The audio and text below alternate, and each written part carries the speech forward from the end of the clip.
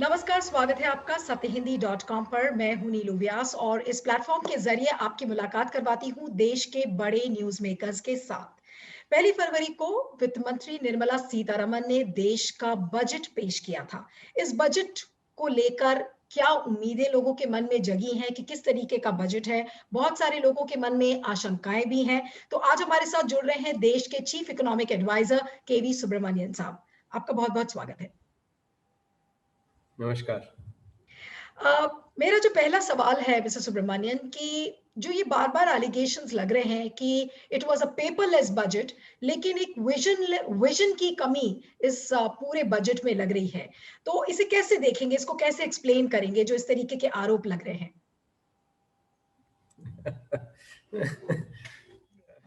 क्या पहले देखिए, मेरे अनुसार तो ये budget actually far reaching budget है। पिछले कई सालों में जो बजट इसमें सबसे ज्यादा विजन है, तो मुझे तो थोड़ा आश्चर्य होता है इस तरह का जब कमेंट देखता हूँ, क्योंकि और मैं बताता हूँ सिद्धांतों में बताता हूँ क्यों इसमें विजन की मतलब कूट के भरा हुआ विजन इसमें। पहला तो ना तो ये बजट एक्चुअली जो आगे वित्त वर्ष में जो इकोनॉमी की जो वी शेप रिकवरी है उसको और अग्रसर करने के लिए काफी सारे कदम लिए गए हैं। दूसरा, ये इस दशक का पहला बजट होने के नाते इसमें विजन ये है कि न सिर्फ इस साल बट इस दशक के सारे सालों में किस तरह ग्रोथ को एकदम और तेजी दी जाए, उसके लिए कदम लिए गए हैं। तो ये विजन नहीं है तो और क्या है। और इसमें एक्चुअली और मैं जैसे आपका इंफ्रास्ट्रक्चर स्पेंडिंग जो कि जिससे कि इस इकोनॉमी में बहुत वैल्यू जुड़ता है। जब आप जैसे अर्थशास्त्री हम लोग एक्चुअली इसको एक अंतर बताते हैं कि 100 रुपया यदि आपने ट्रांसफर दिया, जिसको रेवेन्यू एक्सपेंडिचर कहते हैं, यदि हमने 100 रुपया ट्रांसफर दिया तो इकोनॉमी में सिर्फ 98 रुपए जोड़ते हैं, तो मतलब 2 रुपया वेस्ट हो जाता है। जबकि 100 रुपया यदि आप कैपिटल एक्सपेंडिचर में डालते हैं तो उसी साल करीब 245 रुपए आते हैं, और पूरी अवधि, वो जो इन्वेस्टमेंट की अवधि है, उसमें करीब 450 रुपए जुड़ते हैं। ये NIPFP की एक रिसर्च स्टडी है, national institute of public finance and policy, जिन्होंने ये दर्शाया है। तो विजन की जब बात कर रहे हैं, पहला विजन ये है कि जब हम टैक्स पेयर का पैसा लेके खर्च करते हैं, उसको जहां पे सबसे ज्यादा रिटर्न आए उसी को वहीं पे खर्च करना चाहिए। जैसे कि हम अपने खुद का पैसा हम जिस तरह इन्वेस्ट करेंगे, वैसे ही टैक्स पेयर के पैसे को भी, हमारे पैसे को हम कभी नहीं इन्वेस्ट करेंगे कि 100 रुपया हमने डाला और उसमें सिर्फ 98 रुपए वापस आते हैं, जबकि 100 रुपया हमने डाला और इसी साल 245 रुपए आते हैं, और जो उसकी इन्वेस्टमेंट की अवधि है उसमें 450, उसमें हम जरूर डालेंगे। तो वही चीज, वही फिड्यूशियरी रिस्पॉन्सिबिलिटी जो कहते हैं, टैक्स पेयर के पैसे को उसी तरह आप इन्वेस्ट करें जिस तरह आप अपने खुद के पैसे को इन्वेस्ट करेंगे। तो ये पहला विजन है जिसमें एक्चुअली, और इस विजन का आप स्टेप्स देखें तो हेल्थ केयर स्पेंडिंग में करीब 140% की वृद्धि हुई है। अब हेल्थ केयर, जो कि मैंने उदाहरण भी दिया था 3 इडियट्स की मूवी से, जो राजू का परिवार जैसे कि जो हेल्थ केयर में बहुत खर्च करता है, जब सरकार हेल्थ केयर में खर्च करती है, और ये भी ध्यान रखें कि जो स्वास्थ्य है वो राज्य का विषय है, तो 2/3 जो खर्च है राज्य करते हैं, 1/3 जो खर्च जो कि केंद्र सरकार करती है, उसमें 135% की वृद्धि आई है। और इससे आम लोगों को बहुत फर्क पड़ता है, न सिर्फ इस साल में बट एक्चुअली आगे चल के भी। मुझे समाप्त करने दीजिए। नहीं, लेट मी फिनिश। मुझे समाप्त करने दीजिए, सारे बिंदु पर रोशनी डालता हूं, उसके बाद आप जरूर अपना प्रश्न पूछिए। दूसरा, इंफ्रास्ट्रक्चर, जैसे मैंने कहा 34% की वृद्धि है। और ये क्योंकि इंफ्रास्ट्रक्चर आपका बनता है तब कंस्ट्रक्शन एक्टिविटी बनती है, सीमेंट कंपनी, स्टील कंपनी, ये सब रोजगार के लिए और लोग हायर करते हैं। कंस्ट्रक्शन एक्टिविटी में आपकी संगठित क्षेत्र और असंगठित क्षेत्र दोनों में रोजगार बनते हैं। और जिस तरह रोजगार से किसी परिवार का भला होता है, वो एक्चुअली किसी का जस्ट ट्रांसफर देने से भला नहीं होता। जैसे कि किसी को दो मछली देने के बजाय किसी को मछली पकड़ना सिखाना, तो इसमें बहुत अंतर होता है। तो रोजगार से जो देते हैं वो मछली पकड़ना सिखाने के बराबर है। दूसरा, तीसरा बिंदु फाइनेंशियल सेक्टर। फाइनेंशियल सेक्टर में अभी तक पिछले 30 साल का बजट ले ले, फाइनेंशियल सेक्टर में जिस तरह के रिफॉर्म लाए गए हैं ये इस बजट में है, बाकी किसी बजट में नहीं है।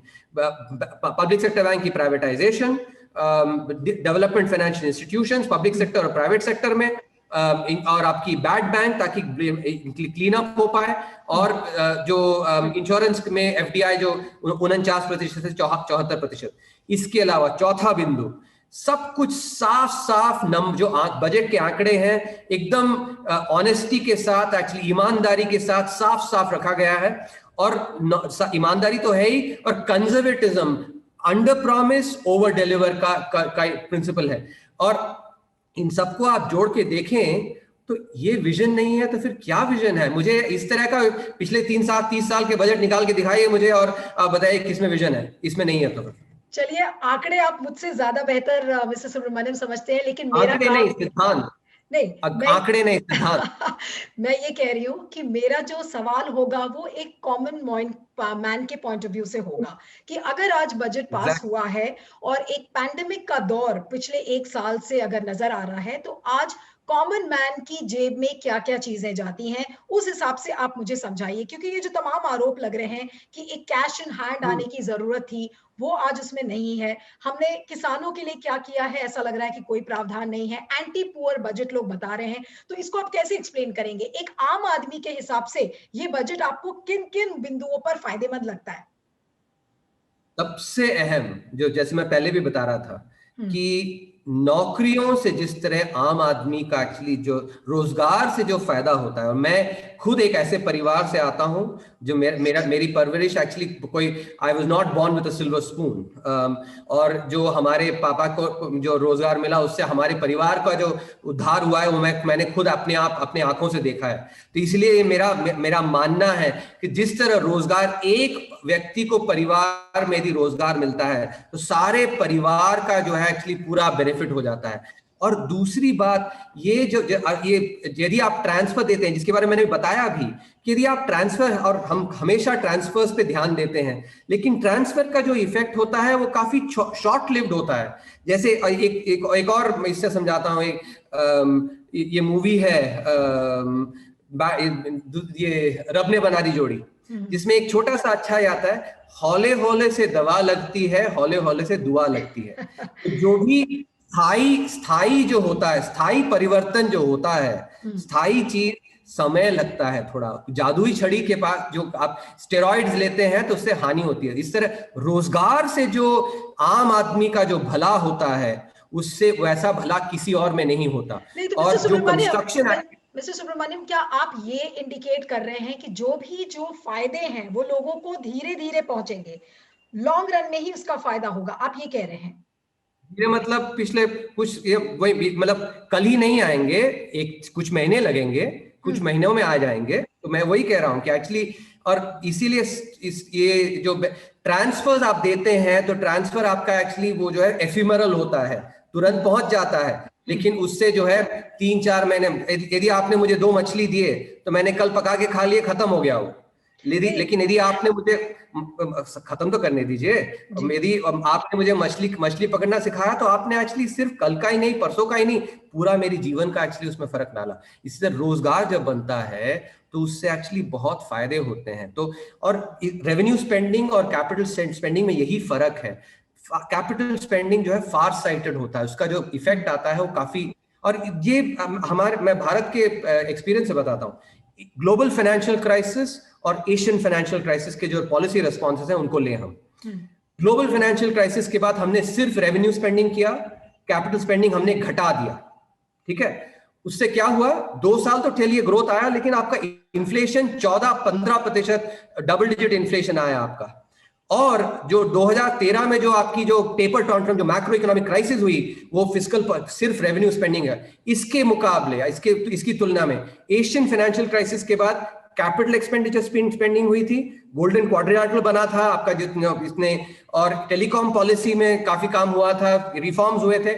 तो कैपिटल स्पेंडिंग और रिफॉर्म्स के तहत के चलते एक्चुअली ग्रोथ आपका 8% प्लस आया, उससे रोजगार बने और इन्फ्लेशन नहीं हुआ। और आम आदमी को जो है इन्फ्लेशन बहुत बॉदर करता है, तो ये जो ग्रोथ जो आता है इन्फ्लेशन के साथ जो आया था वो एफिमरल, जो उसमें फायदा नहीं होता, इसीलिए अरे आपने जो तो एक्सप्लेनेशन ये अंतर जो है एशियन फाइनेंशियल क्राइसिस के बाद और ग्लोबल फाइनेंशियल क्राइसिस का, तो एक आपका एक अच्छा फॉर्मूला देता है और एक वो देता है कि इसको मत करिए। ग्लोबल फाइनेंशियल क्राइसिस के बाद जो किया था वो हमने अवॉइड किया है, और एशियन फाइनेंशियल क्राइसिस जो सक्सेसफुल फॉर्मूला था उसको हमने इंप्लीमेंट किया, लेकिन मच हायर लेवल पे, मच है जो आपका इंफ्रास्ट्रक्चर स्पेंडिंग है 2.5% जीडीपी के अनुपात में दिया जा रहा है। तो एक्चुअली ये इसमें लाभ जरूर आएगा और हो रहा है। जैसे 11% जीडीपी की ग्रोथ है, और जीडीपी ग्रोथ से लोगों का बहुत फायदा होता है, कि जैसे हमने आर्थिक सर्वेक्षण में भी दिखलाया है कि पॉवर्टी रिडक्शन जो है आपका सबसे ज्यादा ग्रोथ से होता है। नहीं, लेकिन मिस्टर सुब्रमण्यम, मेरा एक बहुत ही बेसिक सवाल है। आप जो टेक्निकल एक्सप्लेनेशन दे रहे हैं, it's good for the economy कि लॉन्ग रन में वो चीजें फायदेमंद होंगी और इन्फ्लेशन नहीं बढ़ेगा, आपके जो एक्सपेंडिचर रेवेन्यूज है वो सबको चेक में रहेंगे। लेकिन आज आम आदमी के लिए, जो कि महामारी से जूझ रहा है पिछले 1 सालों से, आज इतने परिवार हैं जहां पर नौकरियां चली गई हैं, लोगों को राशन जरूर सरकार ने दिया, लेकिन इस समय लोगों में इम्पेशंस इतना ज्यादा बढ़ गया है कि उनको लगता है कि इंस्टेंटली उनको कुछ मिले। तो आज उन लोगों को आप कैसे एड्रेस करेंगे जो उनकी प्रॉब्लम्स है? अगर लॉन्ग रन में फायदे सरकार के आएंगे तो उसमें आने में टाइम लगेगा, लेकिन जो बंदा जूझ रहा है या उसके परिवार के लोग मर रहे हैं, आप उन्हें कैसे केटर करेंगे? देखिए, पहला तो जब आप ये पूछते हैं टैक्सेस की बात करते हैं, इस देश में जहां 137 करोड़ की आबादी है, इसमें सिर्फ 1.5 करोड़ लोग टैक्सेस देते हैं। सिर्फ 1.5 करोड़ लोग। तो ये 1.5 करोड़ लोग तो आपके आम आदमी नहीं बनते, क्योंकि 137 करोड़ की आबादी, जो जो जो जो भी नीति 137 करोड़ लोगों के लिए की जाए वो आम आदमी के लिए है। 1.5 करोड़ के लिए जो की जाए वो आम आदमी के लिए शायद नहीं है, क्योंकि 1.5 करोड़ बहुत छोटी 1% से करीब इसके पॉपुलेशन की होती है, आबादी की होती है। तो ये पहला जो रिमार्क है। दूसरा, जैसे इसमें भारत में ही नहीं, सब हर देश, विश्व के हर देश में ये जो महामारी है इससे काफी से प्रभाव पड़ा है। और यदि आप देखें बाकी देशों ने जो जो जो ट्रांसफर्स दिए हैं, उनका सिर्फ और सिर्फ खाने के इस पे हुआ है, बाकी किसी में उसका यूटिलाइजेशन नहीं हुआ है। क्योंकि जब अनसर्टनिटी रहती है तो लोग सिर्फ एसेंशियल्स पे खर्च करते हैं, जिसको कि हमने पीडीएस के थ्रू और कैश ट्रांसफर्स जो हमने शुरू में जब आत्मनिर्भर भारत 1 में आया था उसमें हमने दिया था। तो अभी जो है हमने तब एसेंशियल्स पे जो भी करना था हमने किया। अभी डिस्क्रिशनरी स्पेंडिंग बढ़ाना है। यदि डिस्क्रिशनरी स्पेंडिंग आपकी बढ़ेगी नहीं तो उससे जो है आपकी नौकरियां नहीं बनेगी। नौकरियां एक्चुअली कभी भी किसी को ट्रांसफर देके नौकरियां नहीं बनती हैं। नौकरियां बनती हैं जब कंपनी, एक्चुअली कंपनी उसको, यदि सीमेंट कंपनी है उसको सीमेंट और सप्लाई करना है तो उसीलिए वो रोजगार लेती है और लोगों को एम्प्लॉय करती है। तो ये समझना बहुत आवश्यक है कि यदि रोजगार आपको बनाना है तो ऐसे नीतियां आपको अमल करनी जिससे रोजगार बने। डिमांड, एग्रीगेट इकोनॉमी में डिमांड है, तो वही हमने उस पर काम कर रहे हैं। नहीं मिस्टर उसी पे काम किया हुआ है बजट में जी। लेकिन एक नजरिया और है इस पूरे बजट को देखने का, जिसको लेकर विपक्षी पार्टीज ने भी सवाल खड़े किए हैं, और वो फैक्ट भी है कि जो रिपोर्ट्स अभी हाल में आई थी कि इनइक्विटी ज्यादा बढ़ी है, जो डिवाइड है रिच और पुअर के बीच में, वो कितना ज्यादा बढ़ा है इस कोरोना के दौरान। तो उसको ब्रिज करने के लिए क्या किया है? Because the rich is becoming richer, the poor are becoming poorer. तो उस ब्रिज को, उस डिवाइड को ब्रिज करने के लिए सरकार ने क्या किया है? क्योंकि जो आरोप लग रहे हैं कि ये जो पूरा बजट था, it is a pro capitalist budget, ये इंडस्ट्रीज के लिए ही बना था और सिर्फ कैपिटलिस्ट को पैंडर करता है, इस तरीके के आरोप इस बजट पर लग रहे हैं। तो इसको कैसे कहेंगे कि गरीब के हाथ में क्या आया है? ऐसा लग रहा है कि सारा कुछ कॉर्पोरेट्स को ही दे दिया गया है सर। नौकरियां जो बनती हैं, नौकरियां आम आदमी के लिए होती है ना, पहली बात। दूसरी बात, नौकरियां एक्चुअली जो है किसी कैपिटलिस्ट की नहीं होती है, नौकरियां आम आदमी के लिए होती हैं। और मैं तो खुद जैसे मैंने कहा, मैं ऐसे परिवार से आता हूं जो कि जो इसका अनुभव, जिसने अनुभव किया है इसका। दूसरी बात, और ये जो भी ये ऐसे कहते हैं उनसे मेरी दरख्वास्त रहेगी कि इकोनॉमिक सर्वे में एक हमने चैप्टर लिखा था इनइक्वालिटी एंड ग्रोथ, कन्वर्जेंस और कॉन्फ्लिक्ट। और उसमें साफ साफ दर्शाया है कि जब आपका ग्रोथ बढ़ता है तो उससे एक्चुअली जो है आपकी पॉवर्टी कम होती है। जैसे आप इसमें पिछले 1991 से देखें तो ग्रोथ के कारण जो 1991 से पहले ग्रोथ हमारी जो काफी कम होती थी, 1991 के बाद जो ग्रोथ आया है उससे इतने पॉवर्टी एलिवेशन इतना हुआ है।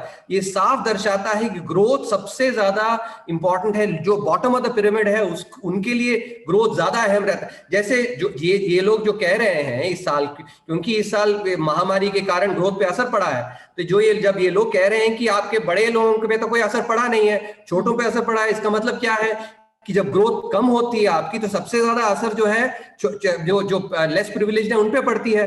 तो इसीलिए इससे इंप्लीकेशन ये है कि ग्रोथ बढ़ाने से जो those at the bottom of the pyramid उन्हीं को सबसे ज्यादा बेनिफिट होती है।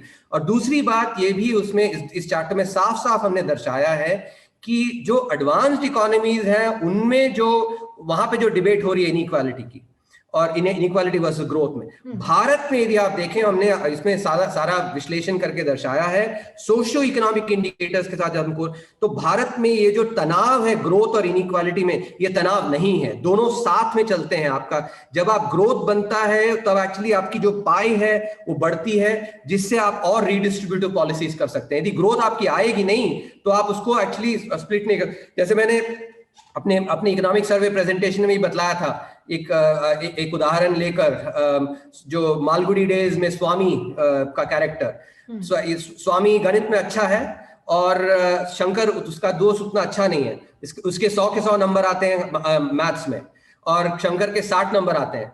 प्रिंसिपल 20 नंबर स्वामी से लेके शंकर को दे देते हैं, दोनों का 80 हो जाता है। तो उसके बाद एक्चुअली स्वामी जाके कहता है कि अब मैं मैथ्स के लिए नहीं पढ़ूंगा। तो और स्वामी ये कहता है क्योंकि मेरे पढ़ने से क्या फायदा, क्योंकि मेरे तो 20 अंक निकाल के आप उसको दे ही देंगे। और वो ये कहता है कि आप शंकर को भी, वो प्रिंसिपल शंकर को और क्यों नहीं रिसोर्सेज दे दें ताकि वो भी 80 नंबर लाए और मेरा 100 नंबर वैसे का वैसे रहे। तो 160 को जो आप 20 निकाल के दे रहे हो, 180 में वो भी खुश, मैं भी खुश। और यही ग्रोथ की बात होती है। जब आप एक्सपैंड करते हैं तो उससे आप एक्चुअली रीडिस्ट्रीब्यूटिव पॉलिसीज करते हैं। ये हमने ओपिनियन नहीं, आंकड़ों पे दिखाया, एविडेंस में। तो मैं तो एक्चुअली हमेशा विश्वास करता हूं इसमें कि एविडेंस बेस्ड पॉलिसी मेकिंग होनी चाहिए, ना कि ओपिनियन बेस्ड।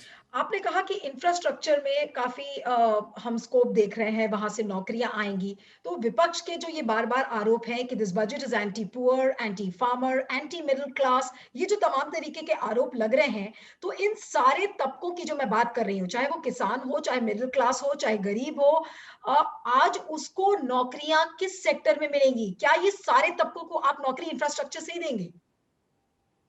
जैसे मैंने पहले भी बतलाया आपको नीलू जी कि इंफ्रास्ट्रक्चर और कंस्ट्रक्शन का फॉरवर्ड और बैकवर्ड लिंकेजेस होते हैं।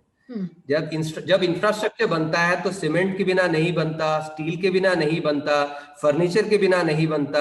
इसी तरह आप गिना दें कितने सारे सेक्टर्स। आपने शायद खुद अपने घर में आपने घर बनवाया होगा, यदि घर बनवाया होगा तो आपने तो स्टील के बिना घर नहीं बनाया होगा, सीमेंट के बिना घर नहीं बनाया होगा। तो जब आप कुछ भी कंस्ट्रक्शन होता है तो ये सब, और जब यदि किसी कंपनी ने उसने सीमेंट भेजना है, ज्यादा बेचना है, स्टील बेचना है, तो वो तो रोजगार लेगी ही लेगी। और जो वो काम होता है वो एक्चुअली रोजगार के बिना थोड़ी काम होता है। तो ये भी ध्यान रखिए कि मैं अर्थव्यवस्था पे, और मैं अर्थशास्त्री हूं, अपने मर्यादा के बीच में रहूंगा। तो इसीलिए मैं बाकी विषयों पे नहीं जाऊंगा। आर्थिक दृष्टिकोण से जो मैं कह रहा हूं, एक्चुअली पूरे सिद्धांतों पे कह रहा हूं कि इससे कंस्ट्रक्शन एक्टिविटीज से एक्चुअली इसमें रोजगार बनती है। हमने पहले भी देखा है एशियन फाइनेंशियल क्राइसिस का episode, we have been there, we have done it and we basically are doing the same thing unlike after the global financial crisis. और आखिरी बात ये भी मैं कह दूं कि जो यदि कोई सोया हुआ है तो उसको आप जगा सकते हैं, जो सोने की एक्चुअली भ्रांति कर रहा है उसको नहीं जगा सकते। नहीं, लेकिन जो ये इंफ्रास्ट्रक्चर में आप बात कर रहे हैं वो ठीक है, चलिए मैं मान लेती हूँ आप जो कह रहे हैं वो सही है। लेकिन बाकी जो सैगिंग सेक्टर्स हैं, ट्रैवल हो गया, टूरिज्म, हॉस्पिटैलिटी, एविएशन, इनके रिवाइवल के लिए हमने कुछ ऐसा अनाउंसमेंट नहीं देखा। उसका क्या कारण था? वैक्सीनेशन ड्राइव सबसे अहम है, क्योंकि यदि आप देखें पिछले 10 महीनों में हम एक्चुअली कॉन्टैक्ट सेंसिटिव सेक्टर्स में हम क्यों नहीं जा रहे हैं, डिमांड क्यों कम हुई है? अब अपने इसमें देखिए, मैं अपना खुद बताता हूँ एक्चुअली, जैसे मैं मसाज के लिए जाता था। Vaccination drive is part of the health allocation, या आप उसको इन चीजों से कंफ्यूज कर रहे हैं क्या? समझाने दीजिए नीलू जी, आप थोड़ा सब्र रखिए, समझाने दीजिए। सब ये विषय पेचीदे विषय है एक्चुअली, इसको थोड़ा समझाने दीजिए पहले। पहला जो है, जैसे मैं कह रहा था कि कॉन्टैक्ट सेंसिटिव सेक्टर्स जो हैं आपके, कॉन्टैक्ट सेंसिटिव सेक्टर्स में एक्चुअली हम लोग डिमांड इतनी कम क्यों हुई है? क्योंकि हम जैसे लोग जो एक्चुअली इसमें कॉन्टैक्ट से, मान लीजिए मसाज में जाते थे, वो अभी नहीं जा रहे। क्यों नहीं जा रहे हैं? क्योंकि महामारी का जो डर है। अब जब वैक्सीनेशन होगा तो एक्चुअली हम ट्रैवल भी, टूरिज्म में भी नहीं जा रहे हैं, वेकेशन में नहीं जा रहे हैं, क्योंकि यही डर है। तो जब लोग वैक्सीनेट होंगे तो महामारी के पहले जो जीवन था वैसे ही वापस आएगा। तो इन सेक्टर्स में जो डिमांड है, पेंट अप डिमांड है। आप शायद आप भी अग्री करेंगे कि आप भी वेकेशन में जाना चाहती है, मैं भी वेकेशन में जाना चाहता हूं। ऐसे तमाम लोग जो इकोनॉमी में हैं, वो डर चला जाए तो सब हम वेकेशन में जाएंगे। कॉन्टैक्ट सेंसिटिव सेक्टर्स में हम डिमांड करेंगे तो पेंट अप डिमांड है, वो आपके एकदम जोर शोर से आएगा। तो जो ये कंपनीज हैं, इनके डिमांड से एक्चुअली सप्लाई करेंगे तो इसमें रोजगार आएगा, इनके फॉर्च्यून्स भी बढ़ेंगे। तो वैक्सीनेशन जो है इकोनॉमी के लिए भी वैक्सीन है, स्पेशली इन सेक्टर्स के लिए, कॉन्टैक्ट सेंसिटिव सेक्टर्स के लिए वैक्सीन है, बहुत बहुत अहम है। दोबारा वही कहता हूं, एक्चुअली जब तक डिमांड नहीं आएगी तो कंपनीज की, इनकी जो फंडामेंटल्स है वो इंप्रूव नहीं होगी। तो ये ध्यान रखना बहुत बहुत ही जरूरी है। एक चीज और पूछना चाहती हूँ, जो ये सेस लगाया गया है पेट्रोल और डीजल पे, तो ये भी तो एक anti middle class, anti poor move है। लोग ये कह रहे हैं कि लोगों को बताया नहीं गया और इस तरीके का एक सेस सरकार लेकर आ गई है।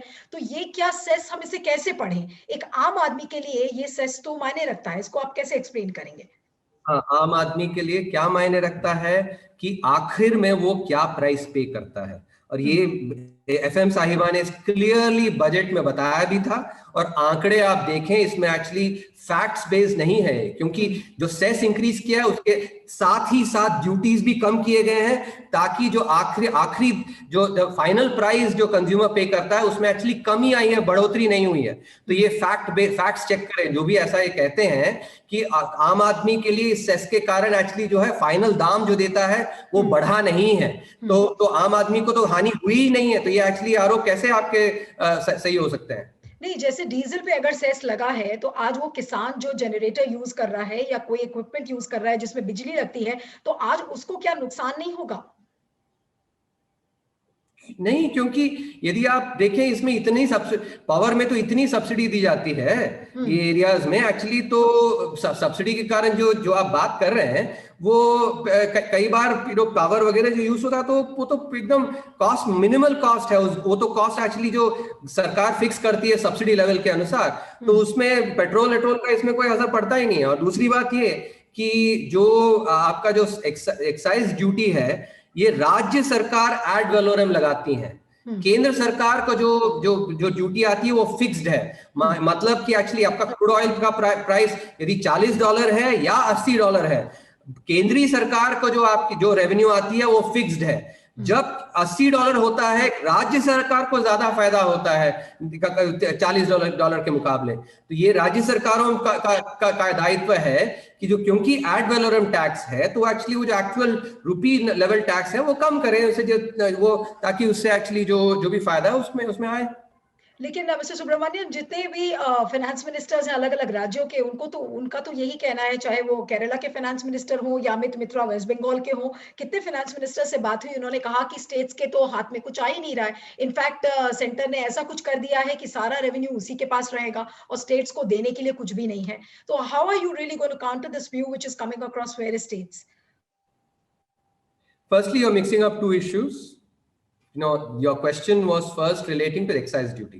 This is coming to actually the center versus this is another question which I'm asking. Yes. इसमें कि फाइनेंस कमीशन नहीं मिक्सअप हो रहा है इश्यूज। एक्चुअली मैं I like being very clear in my thinking, and so I will basically lay out the conceptual issues very clearly. The centre versus state की जो बात कर रहे हैं, वो फाइनेंस कमीशन ने क्लियरली अपना ये जो है अपना अनाउंसमेंट सुनाया है। दूसरी बात ये कि एक्चुअली इस पिछले 6 साल में जो इसके पहले जो फाइनेंस कमीशन आई थी उसमें भी जो स्टेट्स के जो एक्चुअल रेवेन्यूज हैं वो इंक्रीज हुए थे 14 फाइनेंस कमीशन के बाद 42% जो कि रिकॉर्ड लेवल था वो एक्चुअली पिछले 6 सालों में ही हुआ है। तो ये भी इसको भी हम ध्यान में रखें।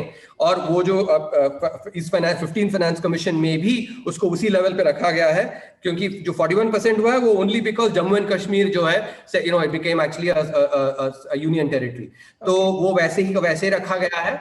और आप ये देखें तो जीएसटी जो है, जीएसटी अभी 120 लाख करोड़ जो रिकॉर्ड आ रही है उसमें जो बेनिफिट्स आते हैं वो राज्यों को भी आता है। तो ये भी again check the facts. Okay, so you are saying कि जितने भी लोग ये आरोप लगा रहे हैं बार बार कि स्टेट्स के झोली में कुछ भी नहीं जा रहा है, तो वो गलत आरोप है बिल्कुल भी। मैं तो देखिए, मैं अर्थशास्त्री हूं, मैं पॉलिटिक्स में नहीं जाऊंगा। ये जो आप गिना रहे हैं, आप भी एकदम चेरी पिक करके आप लोगों का नाम गिना रहे हैं। तो नहीं, मैं तो जो जिस तरीके के एलिगेशंस लग रहे हैं मैं वो पूछ रही हूँ। नहीं तो एक्चुअली आप 3-4 और नाम बताइए, फिर एक्चुअली आई थिंक थोड़ा क्रेडिबल होगा जो एलिगेशंस आप बात कर रहे हैं। तो इसीलिए मैं इकोनॉमिक्स पे रहूंगा और अर्थशास्त्र तो साफ इसमें साफ है, जो बात कर रहे हैं वो एक्चुअली कहीं और है। नहीं, जो आपने नंबर्स की बात की और ऑब्वियसली आप अर्थशास्त्री हैं इसलिए आप नंबर्स को ठीक से ज्यादा समझाएंगे। जो हेल्थ एलोकेशन है, जो आपने कहा कि ऑलमोस्ट 140% है, 137% का जंप है। अब यहाँ पे अगर आप बजट डिवीजन देखें तो बार बार यही एलिगेशंस लग रहे हैं कि ये अलग अलग हेड्स में कर दिया गया है and actually there is a decrease in the allocation. तो इसको कैसे समझाएंगे? क्या हम इसको अलग अलग हेड्स में देखें, कैसे देखें? हाँ जी, साफ सुथरे तरीके से मैं समझाऊंगा इसको कि हेल्थ केयर एक्चुअली हेल्थ का एक वो होता है, एक प्रिवेंटिव, दूसरा क्यूरेटिव। जो प्रिवेंटिव और हेल्थ केयर रिसर्च ये साफ साफ दर्शाता है कि यदि आपने 1 रुपया प्रिवेंटिव हेल्थ में डाला और वही 1 रुपया यदि क्यूरेटिव हेल्थ में डाला, तो प्रिवेंटिव में जब आप डालते हैं उसका जो रिटर्न है बहुत ज्यादा होता है कंपेयर टू क्यूरेटिव। और ये हम अपने आम जीवन में भी अनुभव करते हैं कि एक्चुअली यदि हमने प्रिवेंटिव स्टेप्स लिए, एक्सरसाइज किया, जो भी, उससे एक्चुअली काफी फायदा होता है, ना कि हॉस्पिटल जाएं। तो ये आम जो हमारी एक्सपीरियंस है उससे भी एक्चुअली मेल खाती है। तो यदि आप देखें सैनिटेशन, ड्रिंकिंग वाटर, ये बहुत प्रिवेंटिव के बहुत अहम होते हैं। क्योंकि आप सिंपल चीज कॉलेरा ले लें, कॉलेरा एक्चुअली आपका कहां से आता है? जब पानी का क्वालिटी सही नहीं होता है तो उससे कॉलेरा आता है। तो जब ड्रिंकिंग वाटर की क्वालिटी बेहतर होती है तो ऐसे कम्युनिकेबल डिसीजेस जो होते हैं उसमें काफी कमी होती है। और जैसे हमने दिखाया 2018-19 के आर्थिक सर्वेक्षण में भी दिखलाया था कि जो स्वच्छ भारत अभियान जो हुआ उससे आपके डिसेंट्री के केसेस, कॉलेरा के केसेस, जो बच्चे हैं 5 साल की कम उम्र से डिसेंट्री के केस के कारण जिनकी मृत्यु होती है, इन सब आंकड़ों में कमी हुई स्वच्छता के कारण। तो ये साफ है, प्रिवेंटिव है। तो health has both curative aspect and preventive aspect. तो प्रिवेंटिव एस्पेक्ट को भी उसमें जोड़ना बहुत जरूरी है और रिटर्न ऑन इन्वेस्टमेंट उसमें काफी है।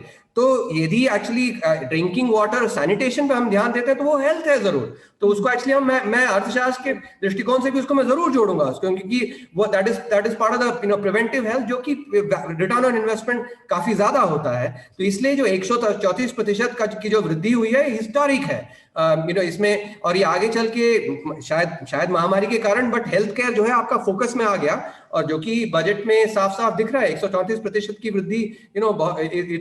it's really noteworthy. No, it's really noteworthy कि health focus में है सरकार के. This is really commendable and everybody is actually talking about it. But allocations को लेकर डाउट है. जैसे मिस्टर पी चिदम्बरम जो कि खुद वित्त मंत्री रह चुके हैं, उन्होंने कहा कि the government is conjuring numbers in the health sector. इस तरीके के आरोप लग रहे हैं. That's exactly what. No, that comment comes from the fact that you added drinking water, you added sanitation. But वही मैं बता रहा हूँ कि ड्रिंकिंग वाटर, सैनिटेशन, हेल्थ के बहुत क्रिटिकल एस्पेक्ट्स हैं, प्रिवेंटिव एस्पेक्ट्स हैं। प्रिवेंटिव एंड क्यूरेटिव, हाँ, prevent both are health. So actually it's a healthcare budget. Budget ने ये तो नहीं कहा था कि curative healthcare का budget है। Budget, if this is spending on healthcare, so healthcare में preventive and curative आता है। तो actually again सिद्धांत तो मैं दर्शा रहा हूँ कि facts कहाँ पे सही हैं और facts कहाँ पे सही नहीं है। ओके अच्छा, 2 सवाल बस और करूँगी, फिर मैं इंटरव्यू वाइंड अप करूँगी। मेरा पहला सवाल ये है कि जो ये एसेट मोनेटाइज़ेशन को लेकर ये कहा जा रहा है कि अब जो चाहे वो स्टेडियम्स हों, चाहे ये बैंक्स हों, चाहे इंश्योरेंस कंपनीज़ हों, रेलवेज़ हों, पोर्ट्स हों, इन सबको opposition ये कह रहा है, and again I'm not going to go into the politics of it. I would rather understand the financial aspect from you कि जो लोग ये कह रहे हैं कि ऐसा लग रहा है कि सेल डीड साइन कर दी है वित्त मंत्री ने संसद के अंदर ये एसेट मोनेटाइजेशन के प्लान को लेकर, इसे कैसे कहेंगे? कुछ जैसे तृणमूल है, बाकी पार्टीज भी है, वो कह रही है कि ये तो इट्स सेल इंडिया कैंपेन, इस तरीके का एक प्लान लेकर सरकार आई है। तो इसे आम आदमी को कैसे समझाएंगे? क्योंकि आम आदमी इसको ऐसे समझता है कि जो हमारे पुरखों की विरासत थी, आज सरकार को उससे बेचने की क्या जरूरत पड़ गई है? इसे कैसे एक्सप्लेन करेंगे? ये फैमिली सिल्वर की जो फटी हुई रिकॉर्ड है, ये चलती है।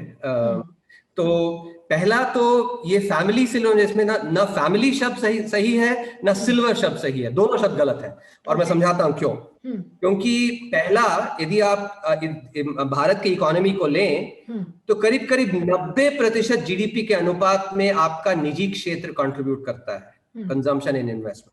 तो क्या वो फैमिली के पास, फैमिली में नहीं है वो? तो क्या सिर्फ फैमिली आपकी, सिर्फ जो सार्वजनिक क्षेत्र है वही आपकी फैमिली है? तो आप इतनी इंसुलरली आप बताएंगे कि ये फैमिली ने जो 90% जीडीपी के अनुपात में एक्चुअली डालता है उसको आप ये फैमिली नहीं बनाते हैं? ये तो एक्चुअली सही नहीं है। वो फैमिली का पार्ट है, जरूर अहम पार्ट है फैमिली के एक्चुअली। So number 1।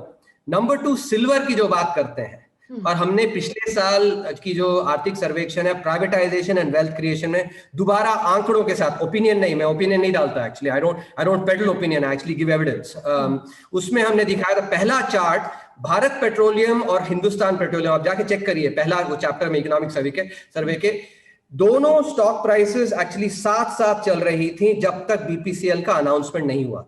जैसे ही बीपीसीएल के प्राइवेटाइजेशन का अनाउंसमेंट हुआ, 34,000 करोड़ वैल्यू इंक्रीज हुआ। और ये कहां, किसको आता है 34,000 करोड़? ये तो सरकार को ही आएगी, तो क्योंकि अब जब बेचेंगे उसको एक्चुअली 34,000 करोड़ एक्स्ट्रा आएंगे। और जैसे मैंने पहले कहा, यदि आप फैमिली देखें तो actually private sector and public sector together is the family. तो ये जो 34,000 करोड़ है, ये एक्चुअली वैल्यू फैमिली में इंक्रीज हुआ। जो तांबा था पहले, वो अब जाके बना, प्राइवेटाइजेशन के बाद जाके चांदी बना। तो ये neither the family word is correct nor the silver word is correct, क्योंकि सारे जो आपके कंपनीज हैं, public sector companies, once they come into better governance, उनकी वैल्यू इंक्रीज होती है। तो एक और उदाहरण देता हूं। मान लीजिए आपका कोई पिता है, पिता के दो बच्चे हैं मान लीजिए। एक बच्चा जो एक्चुअली जो बिजनेस करने में बहुत उस्ताद है, अच्छा है, और दूसरा एक बच्चा जो कि सर्विस देने में बहुत उस्ताद है। तो पिता क्या कहेंगे? पिता कहेंगे, ले बेटा, मेरा जो संपत्ति है, पहले बच्चे को कहेंगे कि आप बिजनेस करो क्योंकि आप इसमें अच्छे हो, लेकिन उस बिजनेस में से जो प्रॉफिट आता है वो आप जो दूसरे बच्चे को दे देना, ताकि वो उसको लेके उसमें एक्चुअली सर्विस करे। तो यही चीज क्या होती है, जब आपकी निजी क्षेत्र है वो बिजनेस अच्छा करती है, वैल्यू क्रिएट, टैक्सेस देती है, जिससे कि एक्चुअली सरकार सर्विस दे पाती है। तो ये आप साफ देखें इसमें एक्चुअली। तो यदि वो जो पिता है वो ये कहे कि नहीं मैं बिजनेस में जिसको सर्विस में जो अच्छा है उसी को बिजनेस दूंगा, तो एक्चुअली आपका सिल्वर तो नहीं रहेगा, वो तो तांबा ही बनेगा ना। तो ये बेसिकली हमने ये फैमिली है, दोनों। एक तो पहले आप एक्चुअली जो बच्चा बिजनेस में अच्छा है उसको आप फैमिली का नहीं है कि वो गलत है। दूसरा यदि आपने उसको दिया तो एक्चुअली वो तांबा है, उसको चांदी बनाता है, और चांदी का जो उसका फायदा है वो दूसरे बच्चे को भी आता है। तो इसको आप अच्छे से, यदि सही तरीके से सोचें, सिद्धांतों को अच्छे से समझें, तो ये फटा हुआ रिकॉर्ड, फैमिली सिल्वर का जो फटा हुआ रिकॉर्ड है, वो आप समझ जाएंगे कि उतना ही है, फटा हुआ रिकॉर्ड ही है। नहीं, तो अगर इसको आप फटा हुआ रिकॉर्ड कह रहे हैं, तो आज सरकार बिल्कुल ब्लेटेंटली इस बात को क्यों नहीं एडमिट कर लेती कि भाई हम सब कुछ प्राइवेटाइज करने वाले हैं? सरकार वो भी ओपनली नहीं कहती, तो इसे मान लेने में क्या बुराई है? बजट में साफ वर्ड प्राइवेटाइजेशन कहा है, प्राइवेटाइजेशन वर्ड। और जो एंटरप्राइज पॉलिसी है, एंटरप्राइज पॉलिसी सरकार ने साफ बताया है कि एक्सेप्ट फॉर जो स्ट्रेटेजिक सेक्टर्स हैं, बाकी सारे सेक्टर्स में प्राइवेट सेक्टर में जाएगा जो एक्चुअली बिजनेस में। तो साफ इससे आप ये धारणा तो आपकी एकदम गलत है, क्योंकि साफ साफ सरकार ने बताया है, जो आत्मनिर्भर भारत 1 में आया था एंटरप्राइज पॉलिसी, और उसका एक्चुअली जो उसका इम्प्लीमेंटेशन है बजट में इस बार किया भी गया है। लेकिन अगर ये पीएसयूज हैं जो भी आप कह रहे हैं सिवाय स्ट्रेटेजिक सेक्टर्स को छोड़ के, तो उनके जितने एम्प्लॉइज हैं, obviously what you are saying is that's for better governance of the PSUs, लेकिन एक सोशल केओस भी हमेशा हमने देखा है कि जब ऐसे प्राइवेटाइजेशंस हुए हैं। So how is the government really prepared to handle that kind of a chaos, a social chaos which I am talking about? एक चीज बहुत क्लियर है कि इसमें जो भी किया जाएगा, एम्प्लॉइज उनके इंटरेस्ट को भी रख के ही, उनको उनको उनको ध्यान में रख के ही किया जाएगा। ये साफ साफ है एक्चुअली। तो क्योंकि इसमें जब होता है वैल्यू एडिशन होता है, तो उस वैल्यू एडिशन जब होता है उसमें से कुछ भाग वो एम्प्लॉय इंटरेस्ट को गार्ड करने के लिए भी हो सकता है। तो ये साफ है कि इसको ये एक स्ट्रैटेजी है जिससे कि फैमिली की वैल्यू बढ़ाई जाए, जो तांबे की वैल्यू है उसको सिल्वर बनाया जाए, तो वो है, उसमें एक्चुअली इंटरेस्ट जरूर रखा जाएगा ध्यान में। मेरा लास्ट सवाल है मिस्टर सुब्रमण्यन अबाउट डिफेंस। हमने इतना कुछ देखा, एलएसी पे पूरा स्टैंड ऑफ चल रहा है जिस तरीके से इंडिया और चाइना को लेकर, बट बजट का एलोकेशन कुछ ज्यादा इसमें समझ में नहीं आ रहा है कि has the allocation really increased या हमने डिफेंस को स्टेटस को रखा है, वो थोड़ा सा आपसे समझना चाहूंगी।